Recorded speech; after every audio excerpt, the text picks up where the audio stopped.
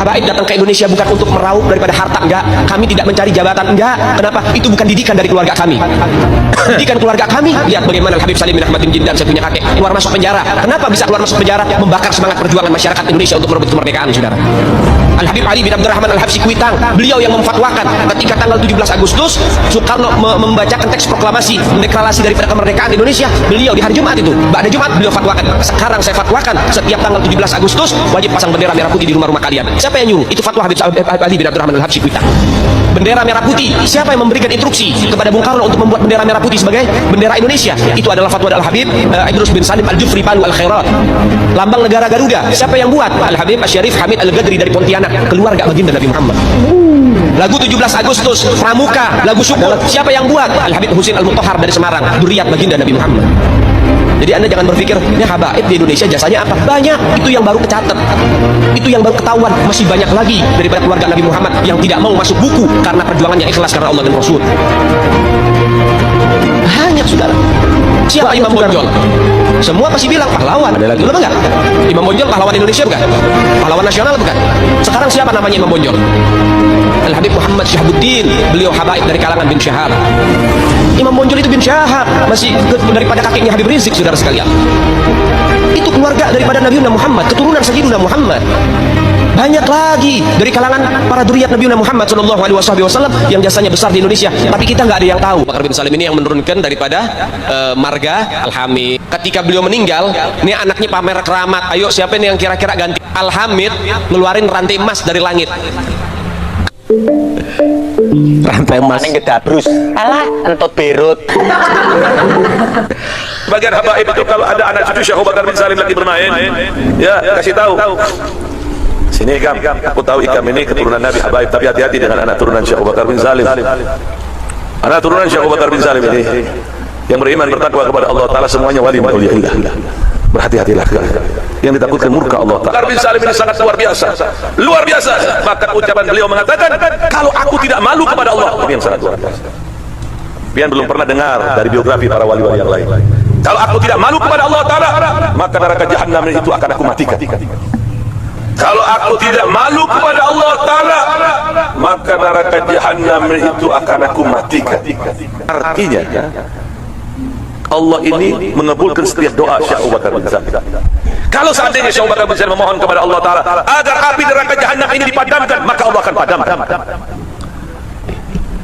Lihat bagaimanakah ketawaduan, kesungguh-sungguhan, kekhususiaan, itu semua didapatkan dengan mujahadah, dengan mematikan hawa nafsu yang ada pada dirinya. Dan dikabarin samurnya, Beb, Maman meninggal. Innalillahi, Sianto orang baik, kata Habib Salim. Sekarang lagi diapain jenazahnya? Lagi pengen dibungkus, Beb. Ya udah, nanti kalau pengen dibungkus mukanya jangan ditutup dulu, tungguin gue datang. Ini bahasa Betawi nih. Datang Habib Salim Jindan. Lihat tuh jenazah tuh, pengen dibungkus, pengen ditutup kan kafannya. Beliau ambil kertas kecil, kertas kotak kecil, beliau tulis, ada yang ditulis sama beliau, ditaruh di bawah kepalanya si jenazah. Deh, tutup. Sebelum ditutup, habis beliau tulis, ditaruh ke kertas, beliau bilang, "Man, gue tahu lo ibadahnya berantakan, tapi lo cinta sama dzurriyyah Nabi Muhammad, ikhlas dari dalam hati. Nanti kalau malaikat munkar nakir datang nanya pertanyaan kubur, jangan lo jawab, Man. Lo kasih surat dari gue, lo masuk surga." Wong ngomong mintra-mintri saenake udeli dhewe. Asik Sayyidul Imam Faqihul Muqaddam di dalam manaqib sejarah hidup beliau diceritakan bahwa Al-Imam Faqihul Muqaddam adalah orang-orang yang besar. Beliau adalah orang-orang yang hebat. Bahkan diceritakan beliau pernah mi'raj, saudara-saudara, bertemu dengan Allah dalam satu hari 70 kali, saudara-saudara. Bertemu dengan Allah dalam satu hari 70 kali, saudara-saudara. Sehingga banyak para ulama, banyak orang-orang saleh di zaman beliau, di masa beliau, berkunjung kepada beliau untuk mengambil manfaat, untuk mengambil barokah daripada ilmu-ilmu beliau. Omongannya gedabrus. Alah, entot berut. Setinggi apapun engkau menuntut ilmu tidak akan pernah mencapai Tatul Habib. Makanya bagaimanapun alimnya seseorang tidak akan pernah mampu mengalahkan kemuliaan seorang Habib meskipun dia tidak mempunyai ilmu pengetahuan agama. La ilaha illallah. Habib jar. Dengaran Habib tuh ada bisi bukunya ya kalau Habib, buku nasab bin anu sampai ke Rasulullah. Ini Al-Kaf ada bin anu. ada mun seorang apa paling memalsuakan aja ada. Mun sudah wani-wani mengaku Habib, mun sudah wani-wani mengaku Syarif, mun sudah wani-wani mengaku Syarifah, awas laknat dari Allah akan turun. Omongannya gedabrus. Alah, entot berut. Muhammad Maulana Dawil mengatakan, wahai anak-anakku, aku kepingin tahu sudah nyampe mana kamu itu. Coba yuk, coba terbang satu-satu. Disuruh terbang satu-satu. Lalu terbang satu-satu. Bagus. Tinggal yang paling kecil kalau nggak salah Habib Rahman Segaf. Dari Abdurrahman, terbang. Dalma kabar. Takut anu pak. Terbang ditembus. Sampai atap rumahnya ditembus jebol. Dus. Kemudian kata Habib Muhammad Maulana Dawil ngerusak gitu. Turun. Tapi juga ngomong ngerusak enggak tambahan dari saya. Dus ditembus kemudian turun ngerusak atap kami. Kemudian kata Habib Rahman Segaf, demi Allah, kalau aku nggak dipanggil sama aku, abahku, langit itu aku tembus. Itu Habib Abdurrahman Segaf. Masya Allah Habib Rahman Segaf. Itu bajunya Habib Rahman Segaf kalau dibuka, ditaruh centelan, bajunya itu dari bajunya itu keluar suara dikit. Allah dari bajunya. Omongannya gedabrus. Alah, entot berut. Kiai ini alim, sedangkan si Habib ini kesian tampaknya kada tapi alim. Mana mulianya? Maaf. Bahkan si Habib ini dilihat tampaknya tuh model kayak kada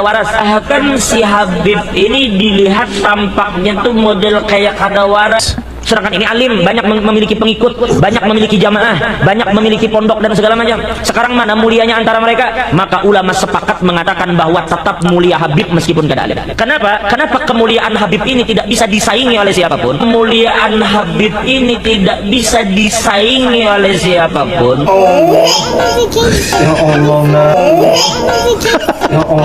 Habib Abdurrahman As-Segaf bin Muhammad Maulana Dawil di luar bulan Ramadan beliau membaca Al-Quran dan menghatamkan Al-Quran sehari 8 kali saudara. Pagi 4 kali, malam 4 kali beliau menghatamkan Al-Quran di luar bulan suci Ramadan. Masuk bulan suci Ramadan, setiap 1 rakaat beliau sekali menghatamkan Al-Quran. 1 rakaat 1 kali menghatamkan Al-Quran. 1 rakaat 1 kali menghatamkan Al-Quran, baik salat fardu maupun salat sunnahnya. Salat daripada salat sunnah, salat fardunya, salat daripada salat sunnah, salat fardunya, salat wajibnya, maktubahnya bila dijumlah ada 17 rakaat. Salat rawatibnya, salat qabliyah ba'diyah bila dijumlah 12 rakaat. Belum daripada salat tarawihnya 20 rakaat. Belum witirnya kita 3 beliau 11. Belum duhanya kita 2 beliau 8. Sehingga ditotalkan itu saja sudah 60 rakaat. Artinya beliau sudah 60 kali dalam satu malam menghatamkan Al-Quran. Sehari semalam tidak kurang dari 60 kali beliau menghatamkan Al-Quran di dalam bulan suci Ramadan. Belum salat tasbihnya, belum hajatnya, belum salat sunnah mutlaknya, belum salat yang lainnya yang begitu banyak beliau lakukan di dalam bulan suci Ramadan. Woi Drun, terus terang aja ya, gua haramkan, gua percaya sama Habib palsu kayak kalian itu ya, gua haramkan. Apa? Mau masuk neraka? Kalian tuh penipu, nggak mungkin apa namanya orang membuka aib orang-orang busuk itu berdosa masuk neraka, mana ada? Kejahatan tuh harus bongkar, tau nggak? Kalian tuh busuk, udah jelas kelihatan tuh. Iya. Jadi apa? Masuk neraka kata kalian? Nenek lo yang punya neraka. Asal ngomong aja. Kalian tuh penipu, pembohong besar, munafik, nggak apa namanya, memanfaatkan keadaan, memanfaatkan nama besar Nabi Muhammad dipakai untuk nopang hidup kalian tuh. Kalau nggak pakai nama besar Nabi Muhammad, apa bisa hidup kalian? Kita minta aja kalian jadi pengemis untuk muhibin goblok aja yang mau ikut kalian tuh ya. Assalamualaikum warahmatullahi wabarakatuh. Seakan ulama-ulama klasik yang kelihatannya seolah husnuzon dan tidak mempermasalahkan nasab habaib. Memang sudah seharusnya mereka husnuzon untuk nasab yang waktu itu belum tersingkap faktanya, belum ketemu kitab sezamannya, karena haram hukumnya mentakzib nasab. Tapi sekarang kan sudah jelas terbongkar. Sesuatu yang sudah jelas haram hukumnya dihusnuzoni. Kitab sezaman abad ke-4 sudah ditemukan dan tidak ada nama Ubed di situ. Jadi 14 nama fiktif yang dibikin Ali bin Abu Bakar Asyakron di abad 9 itu tidak terverifikasi dan terkonfirmasi di kitab-kitab di setiap abad dari mulai abad 3 sampai 8. Jadi kitab yang ada di setiap zaman menulis nama-nama zuriat Rasulullah SAW dan ulama-ulama besar, tapi dalam rentang 550 tahun tersebut tidak pernah muncul 14 nama yang digambar-gamburkan Bani Alwi sebagai leluhur mereka tersebut dalam kitab hukumnya Ali Syakron. Tidak ada Fakih Muqaddam, Sohib Mirbat, Amul Fakih, Ali Qoli Qasam, dan seterusnya yang mereka klaim sebagai mujtahid mutlak dan terkenal sedunia. Dalam kitab-kitab klasik manapun, baik internal, Mbak Alwi maupun eksternal. Artinya, pengakuan dari data sekunder Kitab Burqah abad 9 tersebut zong, mardud, maudu karena kontradiksi dengan data primer kitab-kitab klasik dari abad 3 sampai 8. Fahimtum? Imam Qurtubi tidak musnah keistiqahannya lantaran berpendapat bumi itu datar, padahal setelah astronot Emirates, Malaysia, Dubai, Pakistan, dan seterusnya keluar bumi dan melihat bumi dari luar ternyata memang bulat, tidak datar. Karena Imam Qurtubi bukan ahli astronomi dan geologi, ulama boleh salah tapi haram untuk berbohong. Jika ada ulama yang berbohong atau melindungi kebohongan, maka tidak layak disebut sebagai ulama, alias gugur keistiqlalannya, maka tidak layak disebut ulama. Sedangkan problem nasab ini bukan persoalan pemikiran atau mazhab.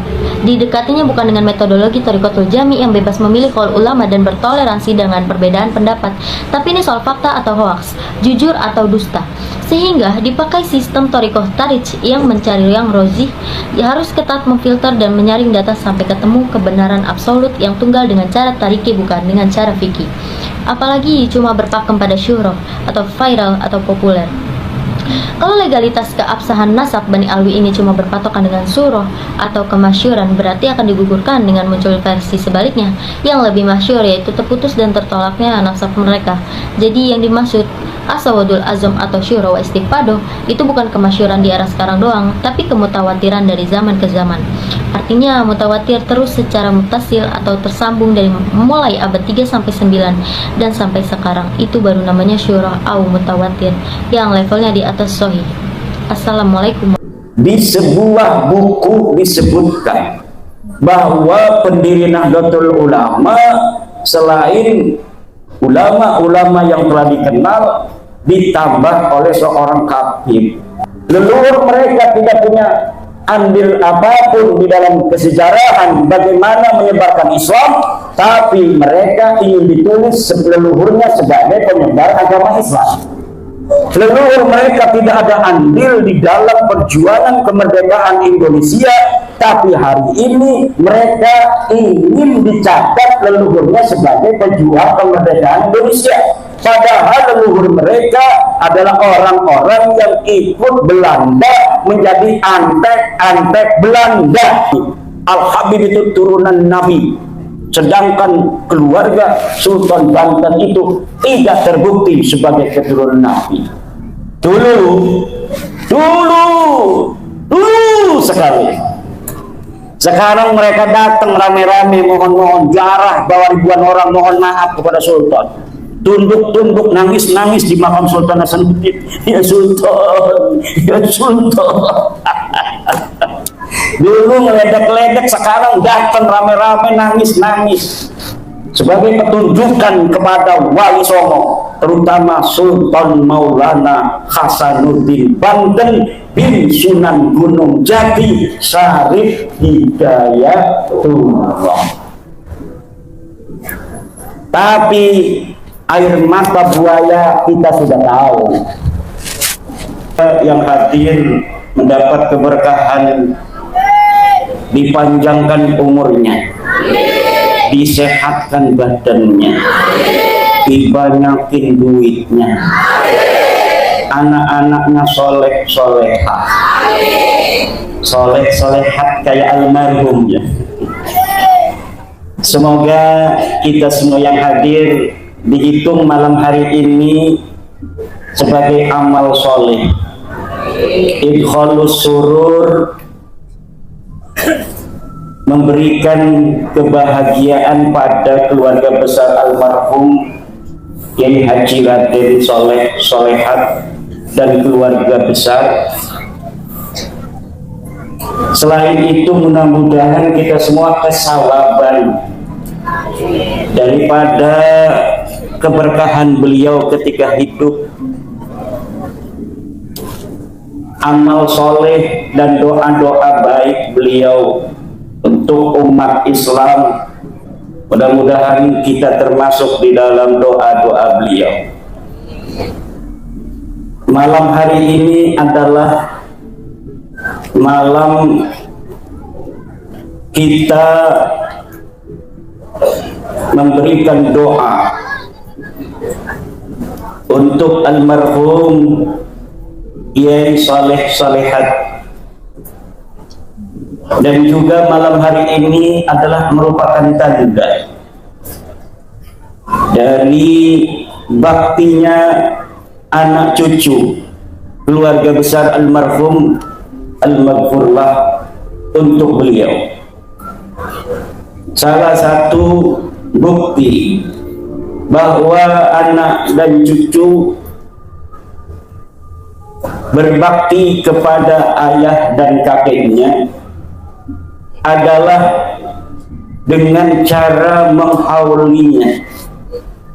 Baik menghaulinya itu hanya dengan membacakan surat Yasin 7 orang, maupun seperti malam hari ini yang luar biasa dengan mengundang tetangga, mengundang jamaah, mengundang para santri, para kiai.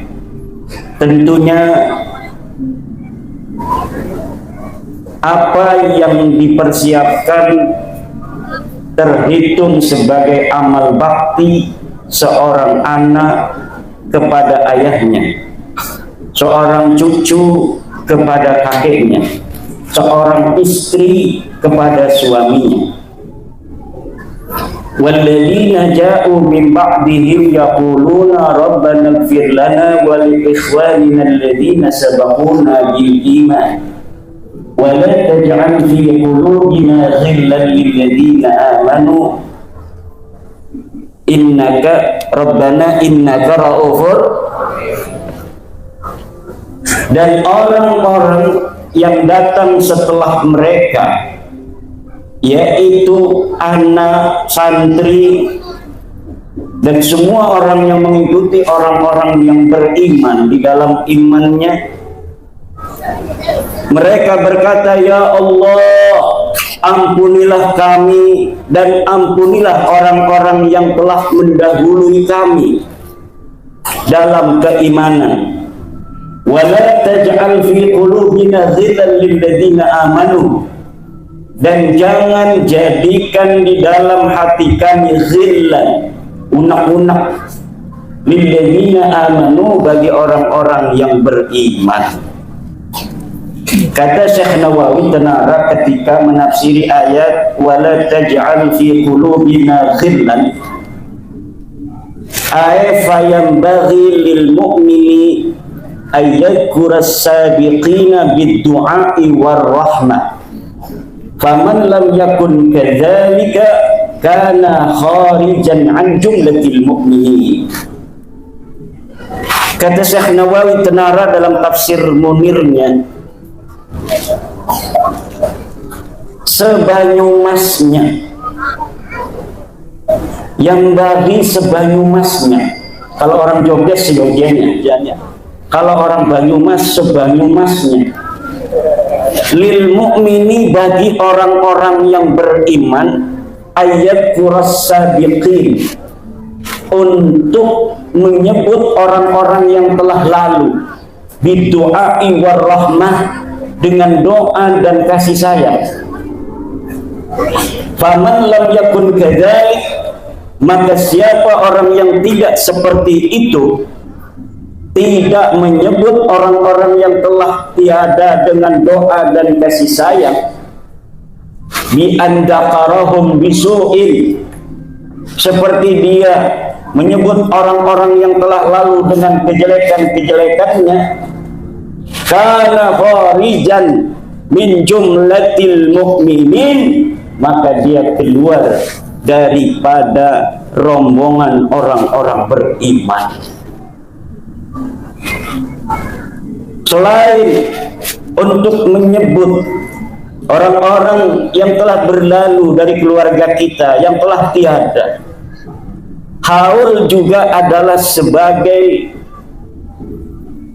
instrumen bagaimana kita bisa mentauladani kebaikan-kebaikan perjuangan yang pernah dilakukan oleh orang tua kita, oleh guru kita.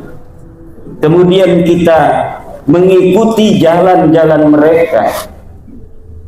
Dan juga acara haul seperti ini adalah upaya kita tetap melestarikan nama beliau mencatat sejarahnya dalam memori, mencatat sejarahnya dalam ingatan. Alangkah lebih baiknya sejarah itu juga dicatat di dalam catatan. Untuk apa? Agar suatu masa, suatu ketika sejarah ini tidak hilang dari ingatan. Ada catatan sezaman bagaimana sepak terjang dari almarhum, siapa istrinya, anaknya berapa. Kalau diketahui silsilahnya kemana. Biar apa? Biar suatu saat, suatu masa tidak ada orang yang membelokkan silsilahnya. Gimana? Zaman sekarang banyak makam-makam yang silsilahnya belok. Betul? Banyak sejarah-sejarah yang tidak berjalan seperti apa adanya. Ada upaya-upaya perebutan peran-peran kesejarahan. Orang di masa lalu berjuang untuk negara dan bangsa. Leluhur orang Banyumas terkenal sebagai pasukan-pasukan Dipanegara. Pangeran Diponegoro yang pada tahun 1825 berjuang membela bangsa, berjuang mengusir penjajah. Bahkan di Banyumas ini banyak sekali yang masih keturunan dari Pangeran Diponegoro. Bagaimana beliau mau keluar dari istana Ngayogyakarta Hadiningrat, memilih berjuang di tengah-tengah hutan, menyepi di Goa Selarong, menyusun taktik mengusir Belanda, menyusun taktik mengusir penjajah. Kemudian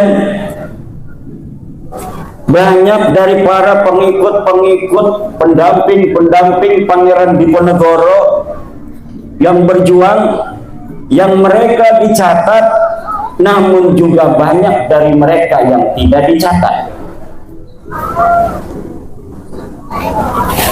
Lalu tiba-tiba dari para tokoh-tokoh yang tidak dicatat, yang makamnya jelas berkeramat karena dulunya adalah pendamping Pangeran Diponegoro, akhirnya namanya hari ini tiba-tiba bukan lagi seperti nama yang dikenal masyarakat, yang biasanya dikenal Mbah Jati, sekarang jadi banyak pindah jadi Bilyah ya. Makam-makam di daerah-daerah. Di Semarang ada makam seorang pahlawan yang diatribusikan sebagai pahlawan dari Ngayogyakarta Hadiningrat. Namanya nama pejuang, makamnya ada di Pleret, Yogyakarta. Namanya KRT Sumodiningrat, tapi hari ini makamnya bisa pindah sendiri ke Semarang. Bu,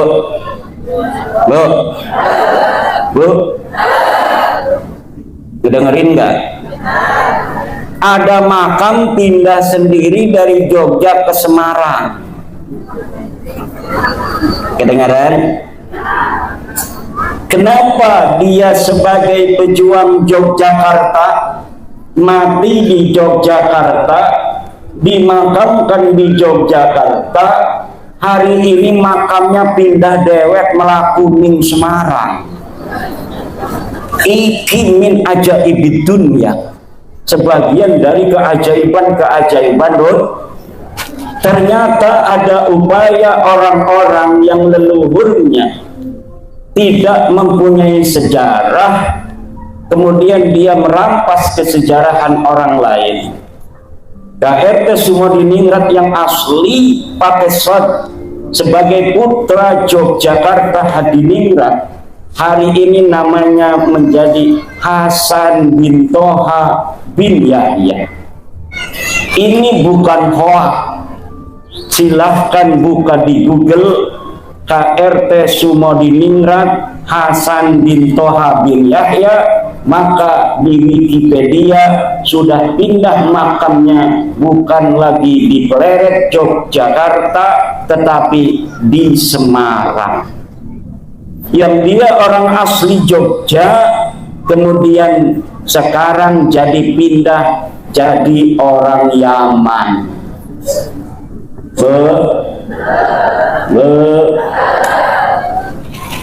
Nanti Kiai Raden Soleh Solehat, kalau hari ini anak cucunya nggak mau ngekholin, nggak mau ditulis juga sejarahnya, silsilahnya ke atas sampai Wali Songo, Sunan Prapen, Sunan Giri, itu nanti bisa jadi Bin Yahya juga.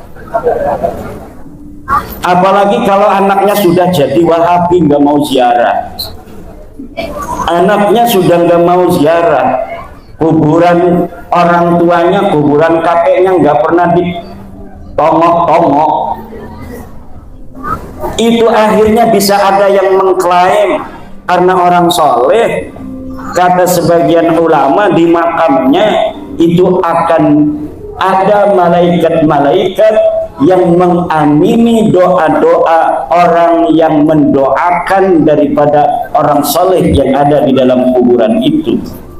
Setelah dia mendoakan si sahibul qabri, kemudian dia mendoakan dirinya kepada Allah, maka doanya akan diterima dan dikabulkan oleh Allah Subhanahu wa ta'ala.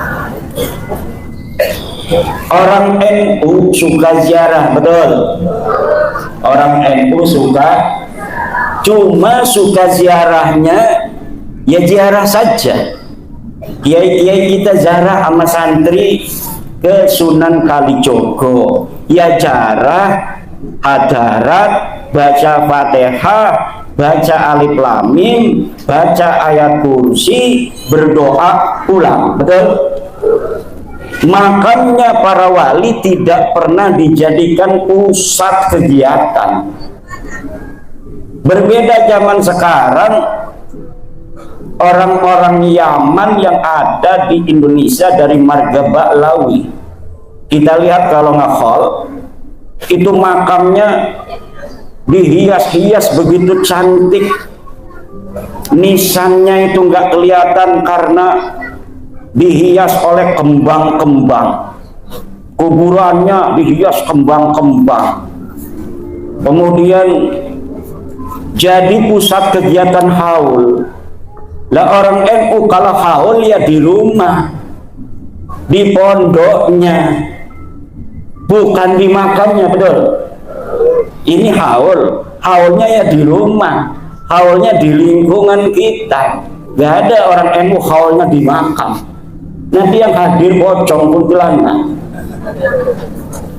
Nah, inilah bedanya tradisi kita ahli sunnah wal jamaah an-naqdiyah Nahdlatul Ulama dengan tradisi Baklawi. Beda, walaupun suka sama-sama ziarah, kita tidak mengagungkan kuburan. Kita bukan muadzimul qabri wa abidil qabri. Kiai-kiai jarah di Sunan Gunung Jati ya jarah saja, gak ada habis jarah nyium-nyium batu nisan kayak nyium istrinya, gak ada, betul apa tidak? Dan ini yang harus dijaga. Kenapa? Walau kita ini adalah orang yang suka ziarah, tapi kita bukan orang yang mengagungkan kuburan. Yang diagungkan oleh kita adalah Allah Subhanahu wa ta'ala. Jangan sampai kuburan menjadi pusat kegiatan, karena lama-lama kita akan nampak seperti orang yang menyembah kuburan. Kita mendoakan orang-orang yang sudah tiada dari keluarga kita.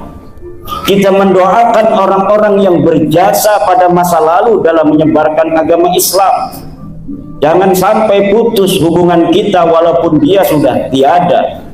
Tapi bukan berarti kita harus nampak seperti orang yang menjadikan kuburan sebagai Ka'bah. Ka'bah kita ada di Mekah, Raudhah kita ada di Madinah. Hari ini kita lihat ada orang-orang yang menciptakan Raudhah baru. Kita lihat kemarin seorang Habib yang ada di Solo, tetangganya Ki Ukit. Dia jarah ke Tarim, ini kuburan Fakih Muqaddam, ini kuburannya Habib siapa? Itu katanya antara kuburan ini dan kuburan itu Raudhatun min Riyadil Jannah. Itu tasyabuh dengan ucapan Rasul, antara mimbarku dengan makamku adalah Raudhatun min Riyadil Jannah. Raudhah itu hanya ada di Masjid Nabawi, jangan bikin-bikin Raudhah. Seperti mau mindah-mindahin, mau ngalah-ngalahin Raudhahnya Nabi Muhammad dengan Raudhah palsu, Raudhah jadi-jadian. Ini saudara-saudara yang sedang terjadi.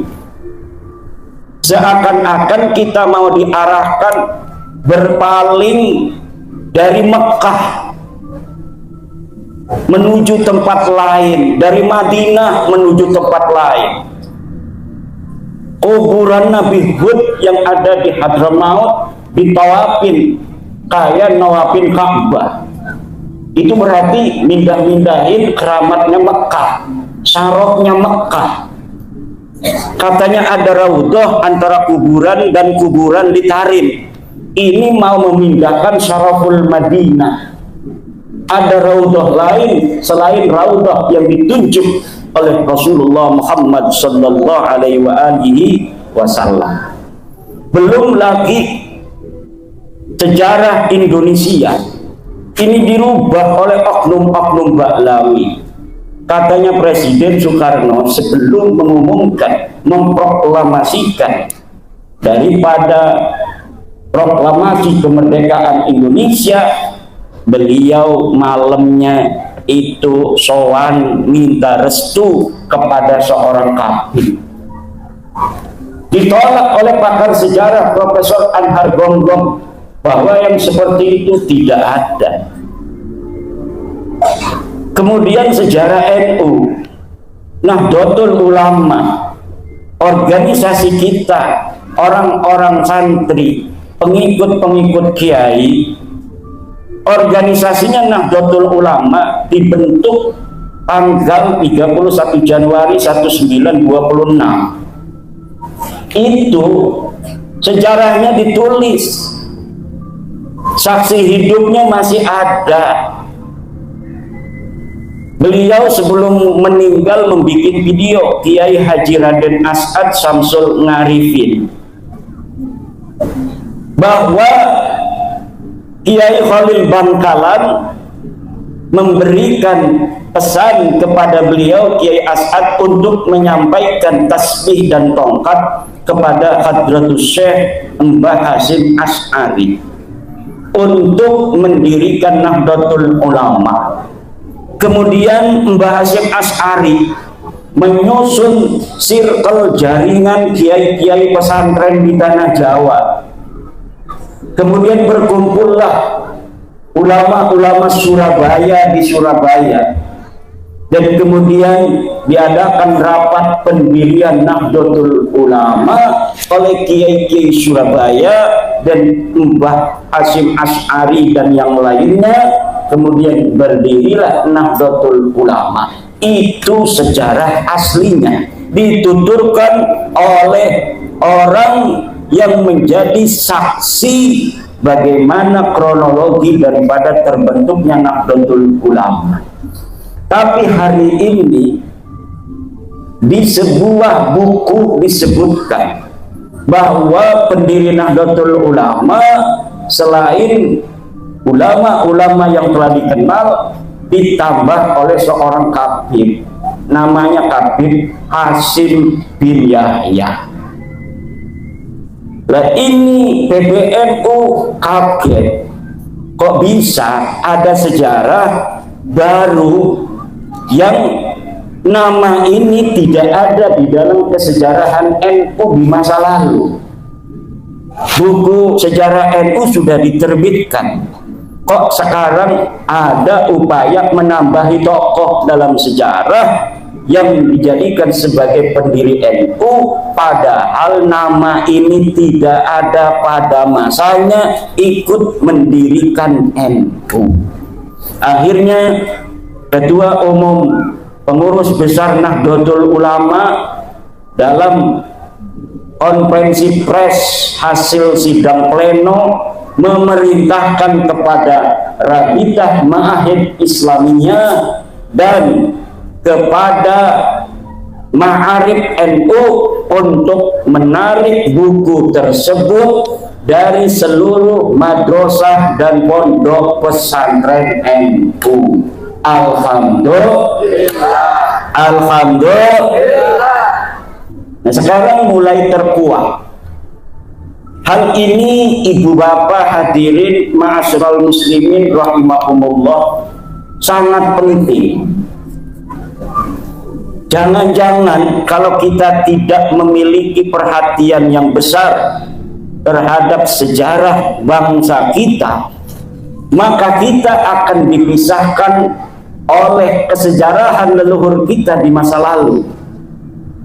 Kata seorang politisi, kalau kita ingin menguasai suatu bangsa, kita tidak usah dengan kekuatan tentara perang, tapi cukup hancurkan sejarah bangsa itu, maka nanti kita akan bisa menguasai bangsa itu. Politisi Jerman mengatakan, hapus sejarah suatu bangsa, maka satu generasi ke depan para bangsawannya akan merasa seperti orang biasa, dan pada generasi selanjutnya mereka akan menjadi seperti kambing. Sejarah bangsa kita yang luar biasa, ibu-ibu. Ibu-ibu ini turunan daripada bangsa Nusantara. Bangsa naon? Ngertos itu bahasa Sunda? Ngertos? Alhamdulillah. Saya yang gak bisa bahasa Sunda. Saya walaupun orang Banten ngomongnya Jawa, kayaknya mah pengen wong Banyumas. Wong Banyumas rumahnya Banten, karena pada saat Sunan Gunung Jati Syarif Hidayatullah diperintahkan untuk menyebarkan agama Islam, tentaranya masih tentara Demak. Tentara Demak itu ya dari Demak, Semarang, Brebes, Tegal, Banyuwangi, Pemalang, Cirebon, datang ke Banten. Jadi yang bersama dari para penyebar agama Islam Banten pertama itu banyaknya orang-orang Demak, orang-orang Banyumas. Maka ngomongnya bodoh, orang bohong kayak wong Solo. Ada ngapa?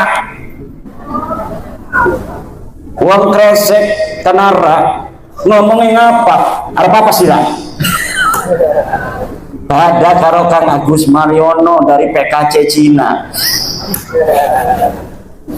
Kata Pak Andi Kurniawan, ini orang-orang yang sedang meluruskan sejarah Indonesia ini, PWI, Perjuangan Wali Songo Indonesia, Laskar Sabilillah, ini antek-antek Cina komunis. Pimpinannya 3, 1 Agus Mariono, ini orangnya nih, yang ketua PWI Banyumas, itu disebutin oleh Andi Kurniawan, orang HTI. Kedua Mogi Tubagus Mogi Nurfadil, ini antek Cina benar nih, kelihatan. Yang ketiga baru saya, Imaduddin, katanya antek Cina.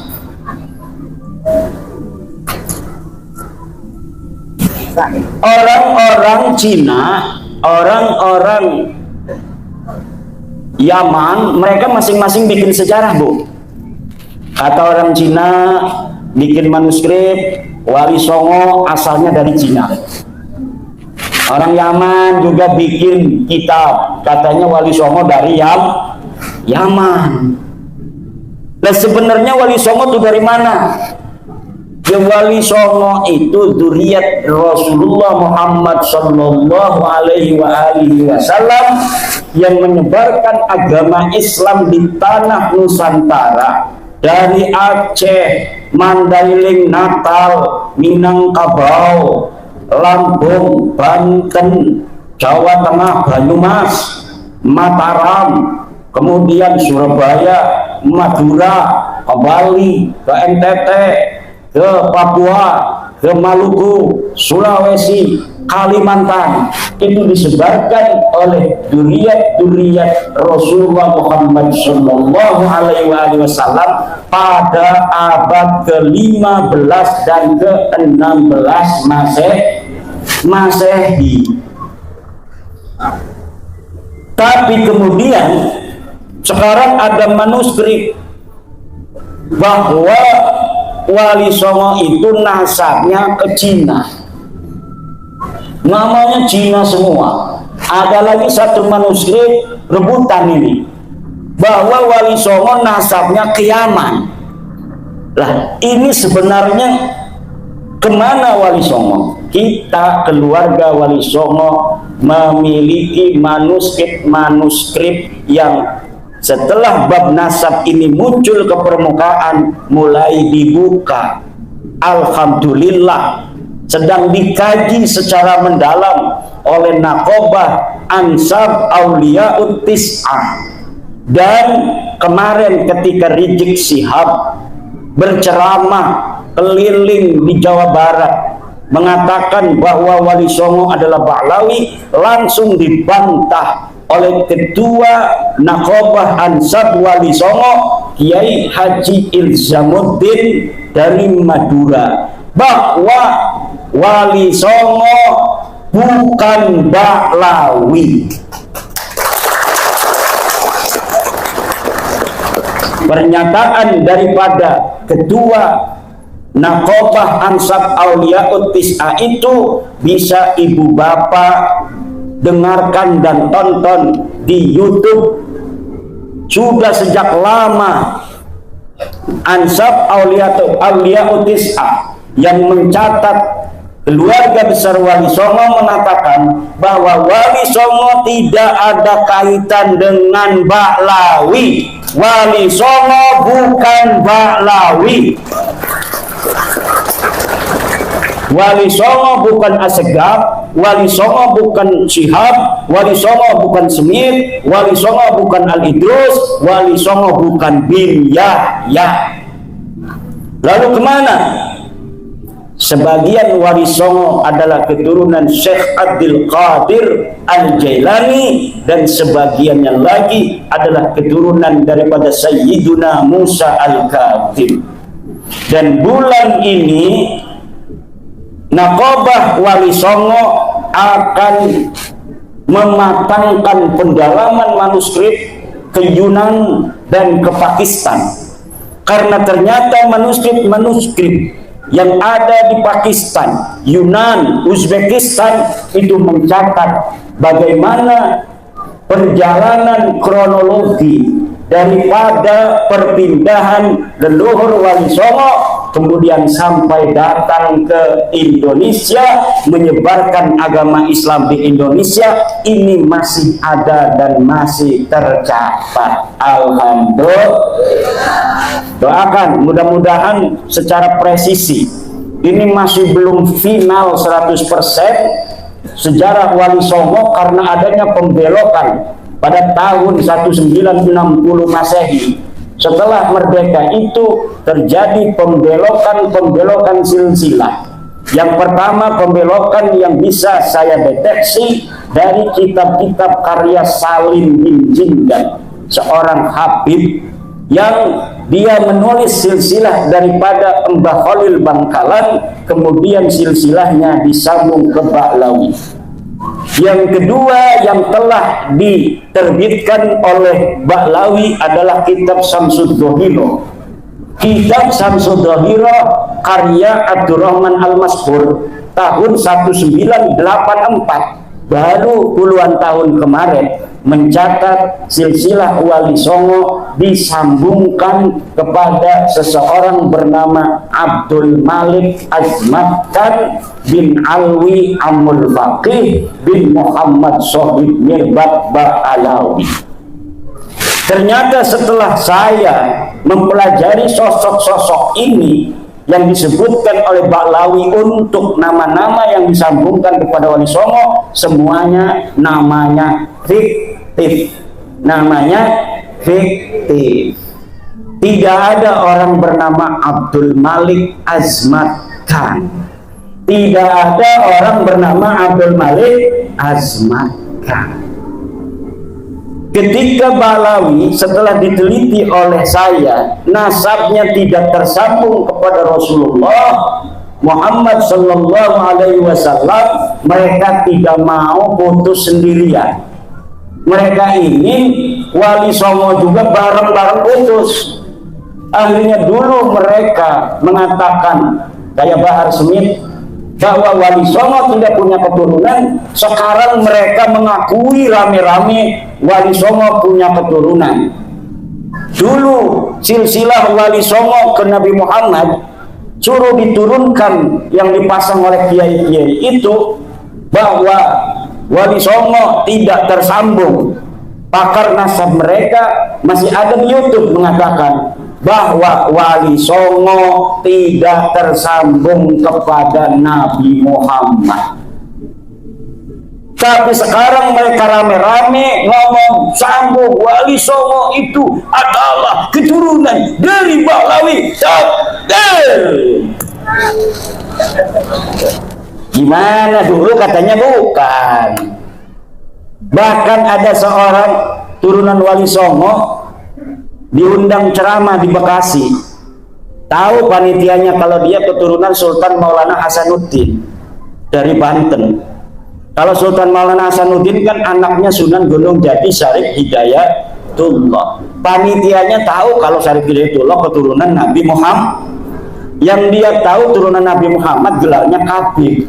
Ditulis di sebuah banner, ikuti ceramah agama oleh Al-Habib Tubagus Ahmad. Ini tiba-tiba ini dari Ba'lawi bawa Mukibin mukulin Tubagus dari Banten itu yang ditulis oleh panitia sebagai Al-Habib Tubagus Ahmad. Marah kita, apa urusan lo? Itu katanya pakai nama-nama Al-Habib. Al-Habib itu turunan Nabi, sedangkan keluarga Sultan Banten itu tidak terbukti sebagai keturunan Nabi. Dulu sekali. Sekarang mereka datang rame-rame mohon jarah, bawa ribuan orang mohon maaf kepada Sultan. Tunduk-tunduk, nangis-nangis di makam Sultan Hasanuddin. Ya Sultan, ya Sultan. Dulu ngeledek-ledek, sekarang datang rame-rame nangis-nangis sebagai petunjukan kepada Wali Songo, terutama Sultan Maulana Hasanuddin Banten bin Sunan Gunung Jati Syarif Hidayatullah. Tapi air mata buaya kita sudah tahu, kita sudah mengerti. Tetapi minimal dengan mereka ziarah itu menunjukkan bahwa mereka sudah tunduk kepada Wali Songo.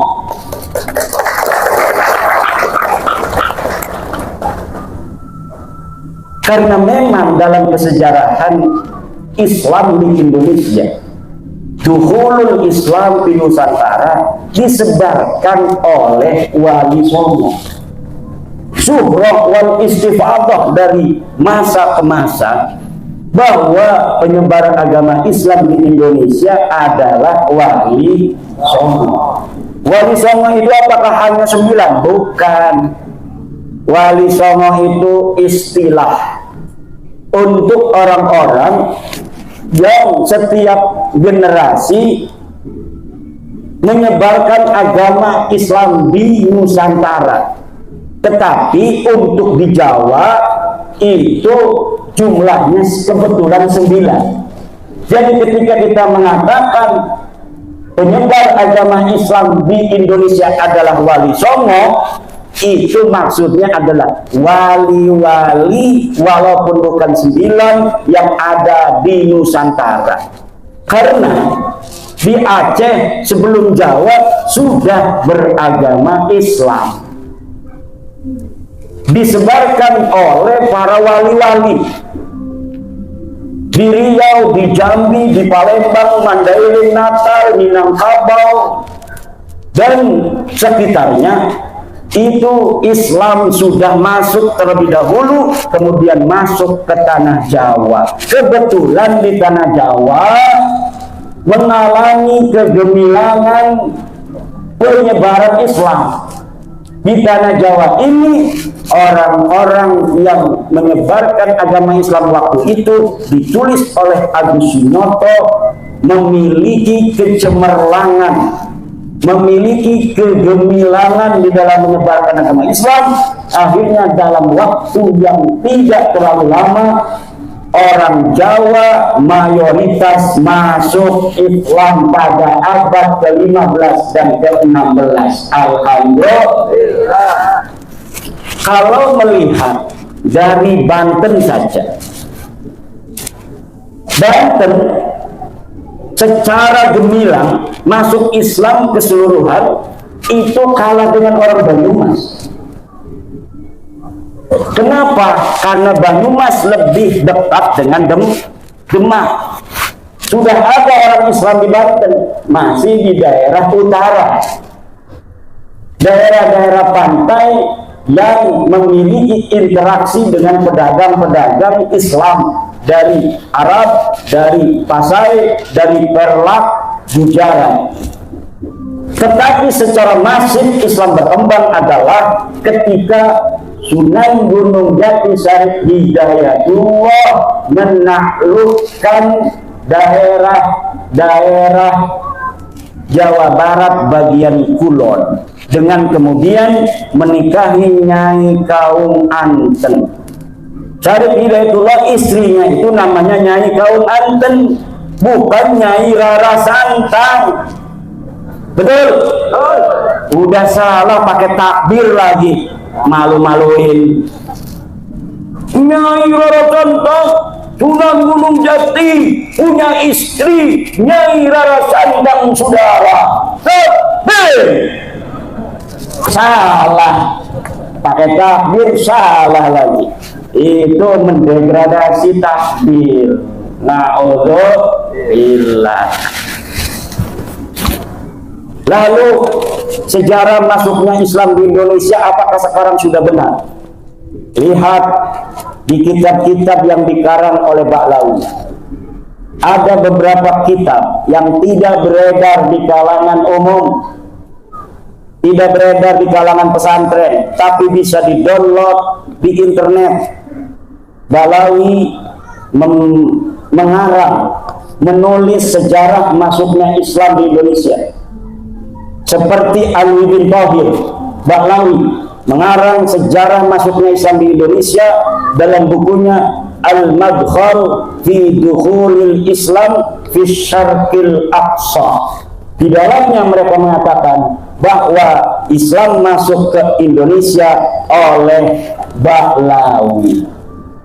Kitab yang kedua, Rihlatu Jawa Al-Jamilah, karangan Soleh Al-Hamid.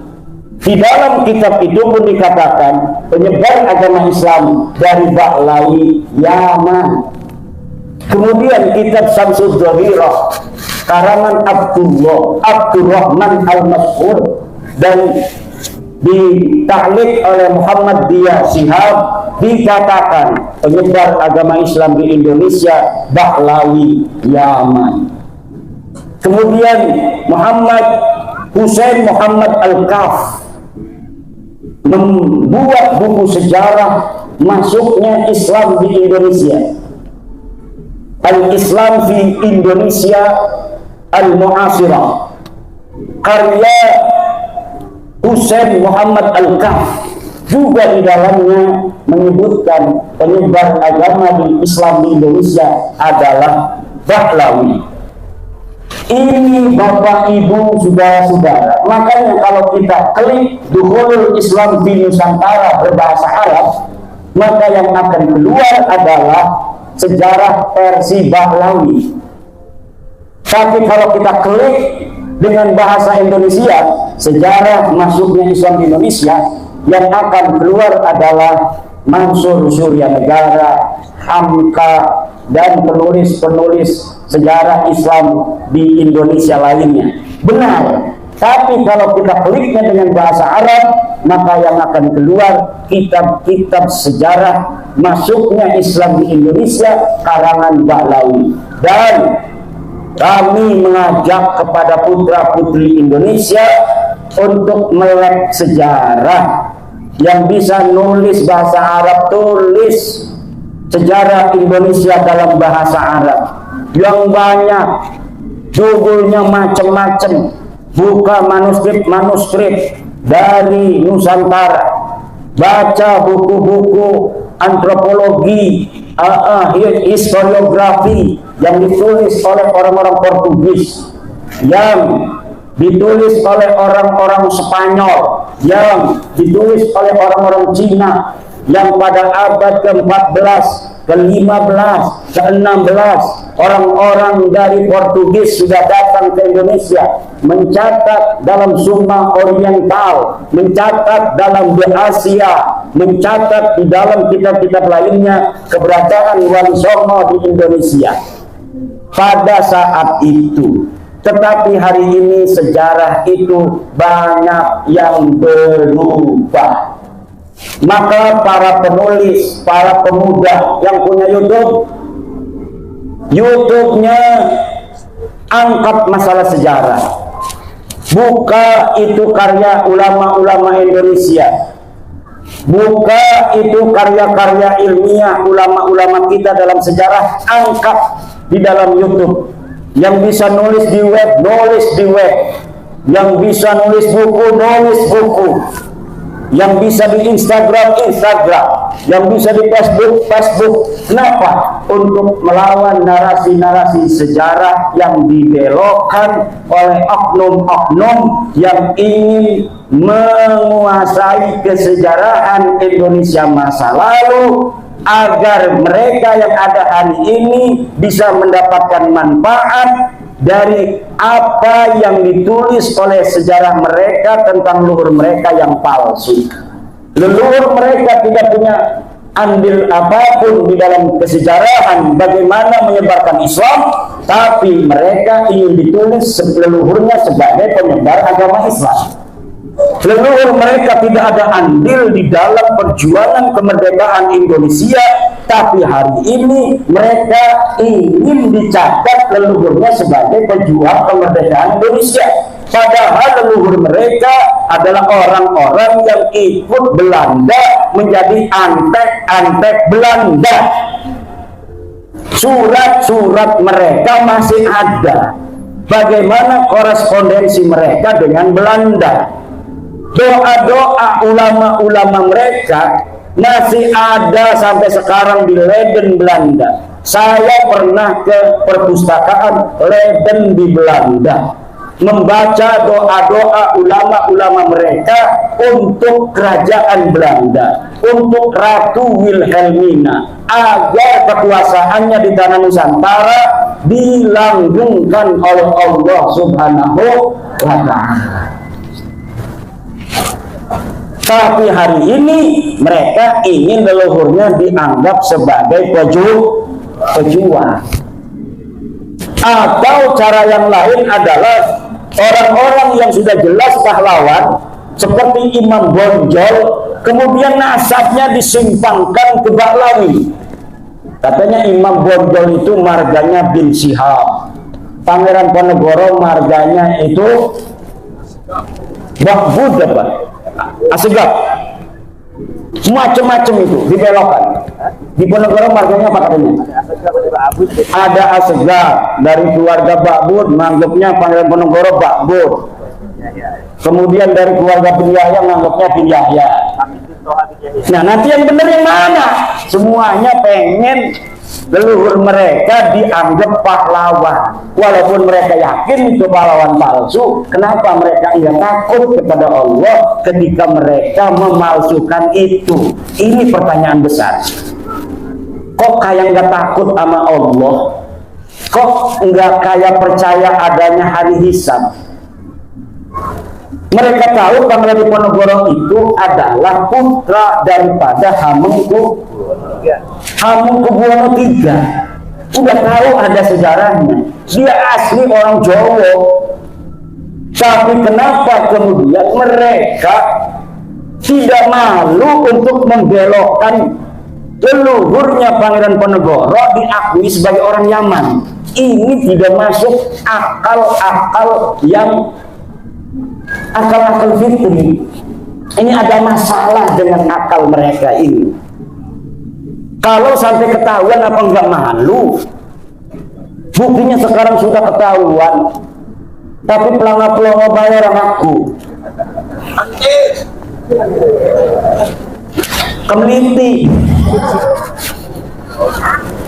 Kemudian ada Mbah Abdul Malik Banyumas. Mbah Abdul Malik Banyumas asli wong Banyumas, ngomong apa? Katanya itu adalah Bin Yahya. Masa yang masih hidup Al-Mukarram As-Syekh Maulana Roma Irama, daripada Maulana-Maulana yang lain itu yang jelas saja sih perjuangannya pada Islam. Roma Irama, betul. Lagu-lagunya kita dengerin, lagu Roma Irama, Masya Allah, sebujur bangkai kita ingat mati, betul. Daripada orang ceramah halu-halu mi'raj 70 kali, leluhurnya bisa membuat rantai dari emas, bisa susah, luar biasa itu keramat-keramat, memadamkan api neraka, bisa menyalati orang yang mati walaupun leluhurnya sudah mati ratusan tahun. Dicekoki umat Islam Indonesia dengan khurafat-khurafat. Wih, kayak orang Muhammadiyah, orang Wahabi ngomong khurafat-khurafat katanya. Bukan, Pak. Karomah dan khurafat itu beda. Kalau di dalam kitabnya Imam Asy'arani itu menulis keramat-keramat para aulia. Walinya ada, keramatnya zahir. Orang tahu semua, ditulis oleh Imam Asy'arani, itu namanya keramat. Tapi kalau orang biasa kayak Muhammad Sohib Mirbat yang tidak ada keterangan dia ulama, kemudian disebutkan keramatnya, itu namanya khurafat, cerita-cerita palsu. Untuk apa tujuannya? Glorifikasi leluhur mereka dan tidak mau kalah dengan wali-wali lain yang ditulis keramatnya. Kalau Syekh Abdul Qadir Jailani, keramatnya Zahirun Muntasharun, itu ditulis dan ada saksi dari kitab-kitab yang satu masa dengan Syekh Abdul Qadir Al-Jailani. Syekh Abdul Qadir Al-Jailani satu masa dengan Ibnul Jauzi.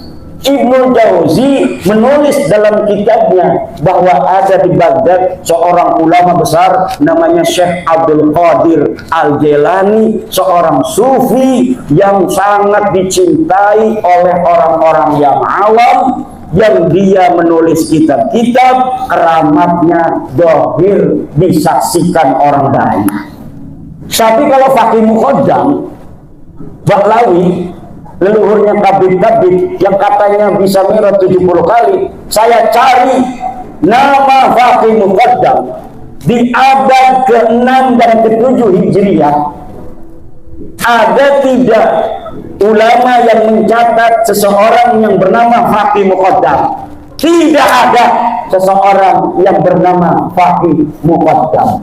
dia orang Tarim, dia orang Yaman. Kitab di abad ke-7, ke-8 banyak sudah ditulis tentang ulama. Siapa saja yang ada di Tarim? Tidak ada yang menyebut seseorang bernama Faqih Muqaddam yang dianggap wali dan keramat pada masa dia hidup, apalagi bisa mi'raj ke langit 70 kali dalam sehari. Ayat.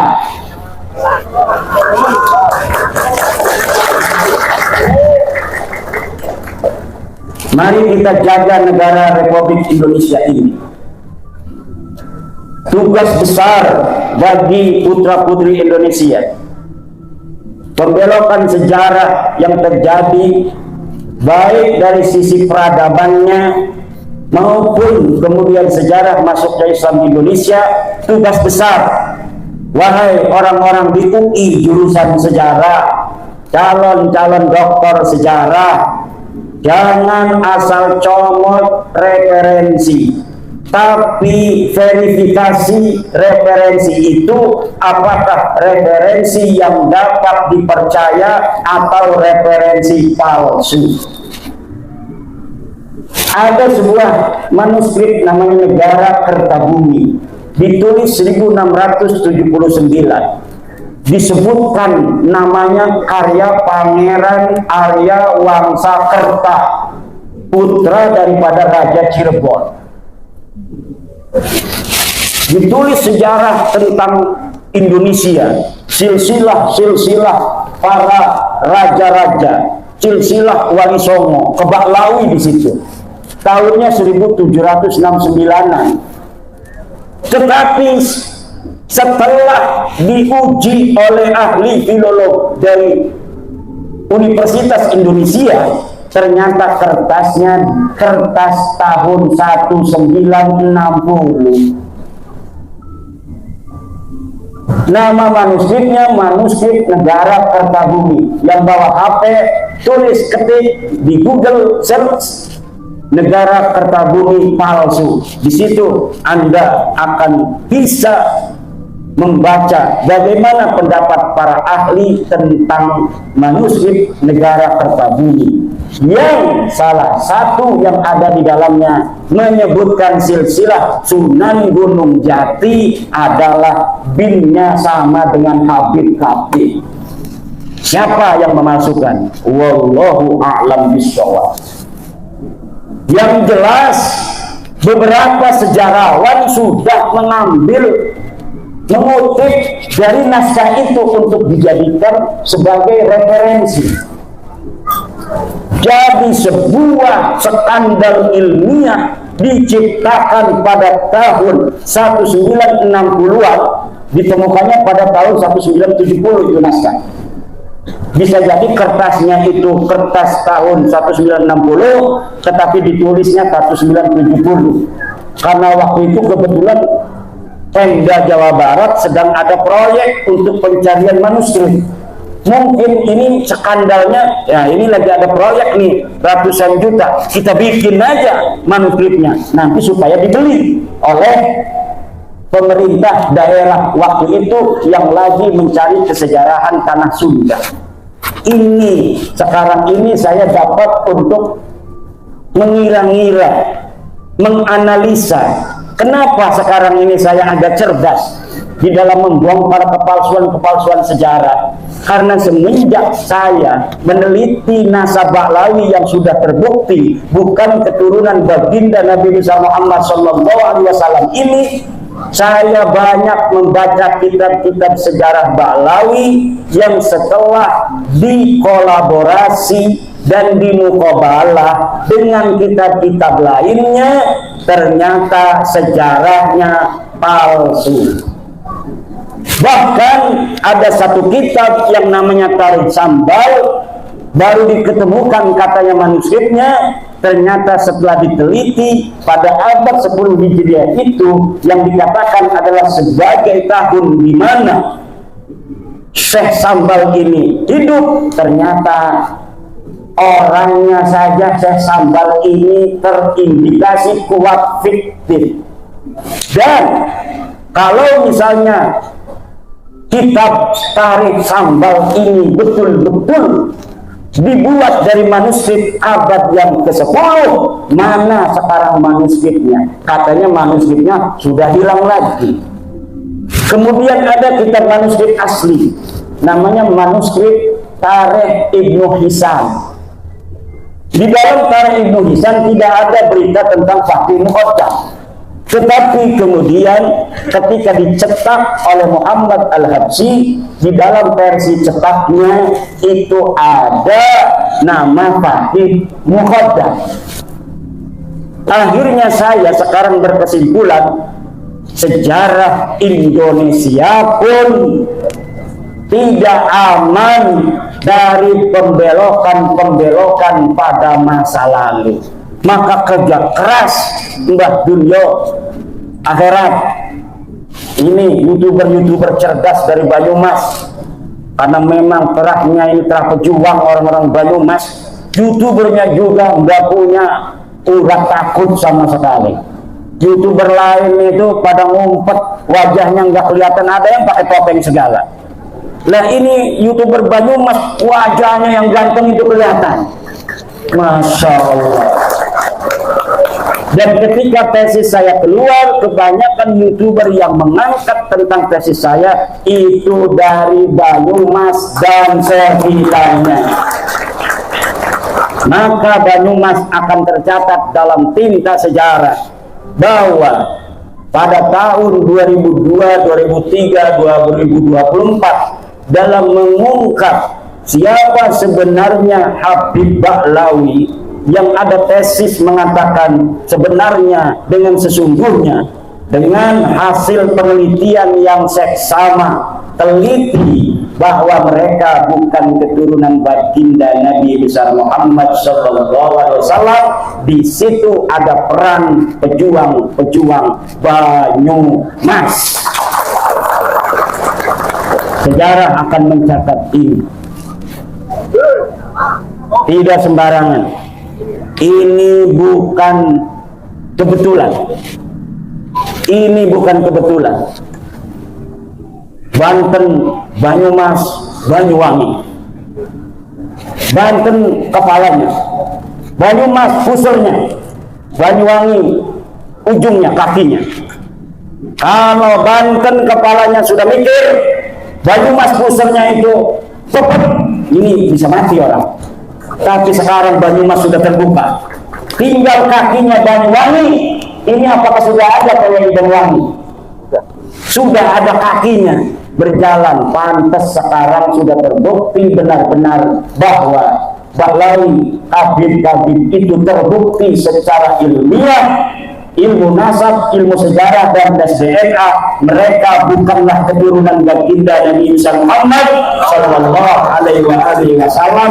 Dan ini kita di dalam memutuskan itu tidak berdasarkan kebencian, tidak berdasarkan kajian ilmiah yang sesungguhnya. Kita kasihan kepada mereka. Sekarang kita kasih tahu, ente bukan turunan Nabi, maaf. Ini buktinya sejarah. Kitab-kitab sejarah tidak mencatat keluarga ente sebagai turun Nabi. Ini kitab-kitab nasab, leluhur ente tidak dicatat sebagai keturunan Nabi. Ini hasil tes DNA keluarga ente dari Yaman. Sudah 180 orang yang tes DNA dan semua tes DNA-nya haplogrupnya G. Kalau keturunan Nabi, haplogrupnya J1. Kalau orang-orang yang haplogrupnya G itu menunjukkan dia bukan hanya bukan keturunan Nabi, tapi mereka juga bukan orang Arab. Haplogrup G itu orang Turki yang ada hidup di wilayah Kaukasus. Ini sudah final, tinggal dipatehain malam ini. Patehain kan nih?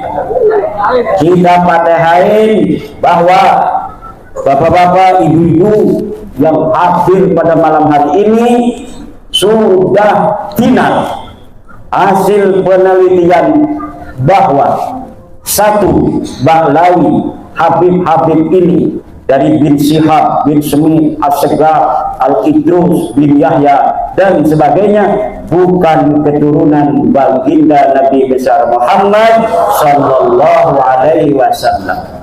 Bi barakati jami'il awliya'i tis'ah, bi barakati jami'i awliya'i fi Banyumas, bi jami'i barakati wa karamati Arya Mandalika, wa bi barakati wa karamati Syekh Sunan Gunung Jati Syarif Hidayatullah, wa bi barakati wa karamati Syekh Abdul Qadir Al-Jailani radhiyallahu anhu.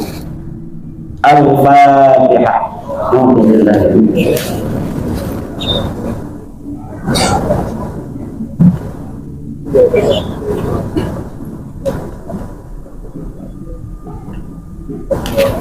Dan semoga orang tua kita, guru kita bersama, Kiai Haji Raden Soleh Solehat, ya Allah, Kau angkat derajatnya setinggi-tingginya, Kau ampuni segala dosa-dosanya, Kau terima segala amal baiknya, anak cucunya semoga Kau jadikan para ulama-ulama besar, pemimpin-pemimpin bangsa dan negara.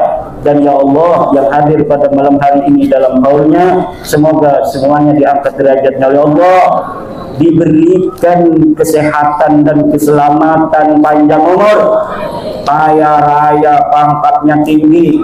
Polisi yang sekarang hadir ya Allah jadiin Kapolri, tentara yang hadir jadiin Panglima TNI, kalau tidak beliau nanti anak cucunya, amin ya Allah ya Rabbal. Banser PWI yang hadir banyakin duitnya, kaya raya, bikin pabrik semuanya, amin. Kita bangun Banyumas sini pabrik sendal, sini pabrik sepatu yang punya Banser dan PWI, amin. Ibu-ibunya nikahin anak perawannya sama Banser, kiai aja dijaga, apalagi anak ibu-ibu, amin. Mau pilih Banser apa pilih kiai? Jawab. Banser kalah. Kayaknya kiai katanya. Bu, kiai mah udah punya istri, gak apa-apa. Bu, sama kiai boleh. Udah punya istri gak apa-apa. Kalau Banser masih jejaka, kiai udah punya istri boleh. Boleh gak apa-apa. Itu jawab sendiri saya. Bu, Bapak, alhamdulillah silaturahmi kita malam hari ini insya Allah diberkahi oleh Allah Subhanahu wa Ta'ala. Dan semoga PWI yang diketuai oleh Kang Mas Agus Mariono akan dilantik nanti pada tanggal 10, akan membawa barokah dan manfaat untuk umat Islam khususnya di Banyumas, umumnya di Indonesia. Mari kita ingatkan generasi muda kita untuk menjaga sejarah bangsa Indonesia, untuk menjaga sejarah Islam Indonesia, untuk menjaga sejarah jam'iyah kita, Jam'iyah Nahdlatul Ulama, untuk menjaga kiai-kiai Nusantara, kemuliaannya dan kehormatannya, untuk menyebarkan paham toleransi, menyebarkan paham-paham kebangsaan, persatuan. Kita tidak memusuhi siapapun. Yang sedang kita luruskan nasab mereka bukan berarti kita membenci mereka. Betul? Kita meluruskan nasab mereka dan kekurangan ajaran mereka di dalam merubah sejarah NU, sejarah negara, sejarah perjuangan bangsa. Kalau itu sudah tidak dilakukan, mereka ingin hidup bersama kita, kita harus terima. Siap? Kita orang Nusantara diajari budi luhur yang tinggi tiada tara. Betul? Kita diajari oleh orang tua kita kesopanan, kita diajari kesantunan, kita diajari kasih sayang terhadap siapapun. Kita akan lindungi mereka kalaulah mereka kemudian sudah menyadari kekhilafan mereka tentang perendahannya terhadap Nusantara, terhadap sejarah-sejarahnya. Kita akan bisa hidup sebangsa setanah air dalam kerukunan dengan saling harga menghargai berdasarkan akhlak-akhlak Nusantara, akhlak-akhlak Islam Ahlussunnah wal Jamaah, dan berdasarkan ajaran Pancasila, sila pertama sampai sila kelima, terutama sila kedua, kemanusiaan yang adil dan beradab. Wallahu huwal muwaffiqu ila aqwamit thoriqin. Wassalamualaikum warahmatullahi wabarakatuh.